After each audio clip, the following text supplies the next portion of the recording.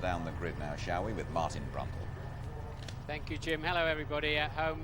Congratulations if you stayed up or got up early this morning to see this first Grand Prix of the season. Here we are on the grid. Michael Schumacher's just cruised on very, very late. Did very few laps this morning in the warm-up and had a problem with a brake disc bell, apparently. So a little bit of drama. A lot of unknowns on this grid today. I don't believe a Ferrari has finished a complete and true race distance this year, and nor has a McLaren, in my view. So if any of these two teams win the Grand Prix today, I think it'll be a first for those cars over the line and a complete race distance. But anyway, Michael's here.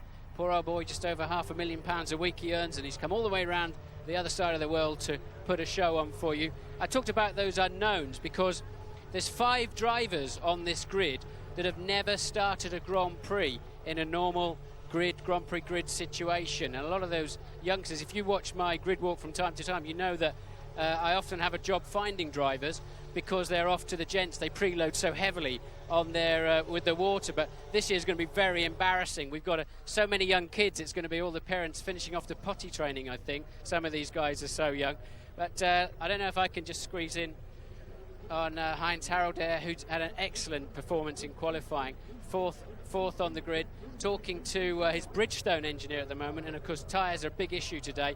New Bridgestones, new. Patrick, can you have a quick word with us about your man, Patrick Head of the Williams team, of course, your man Ralph there in 6th position, pretty spectacular qualifying, and how those tyres going to last today? Well, I think it's easier to tell you after the race, but all the predictions say that they should be no problem.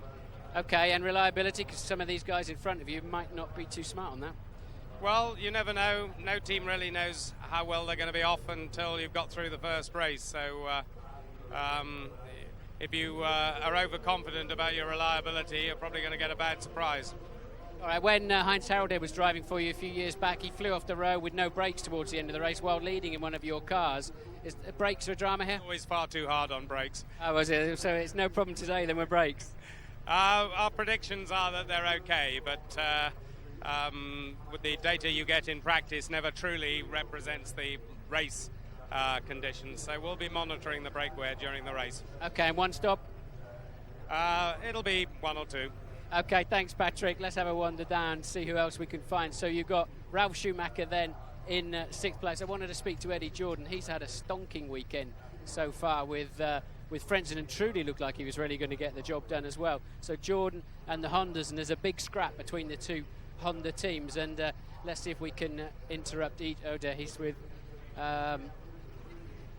yes, that's going to be rude, I think, to interrupt on that one. I think we'll save that for another day, because I'm sure Edmund is going to have plenty to say when I'm sure Edmund's going to have plenty to say at other times. I'm not going to go down there because all the drivers are now in the car. We're really, really late on the grid.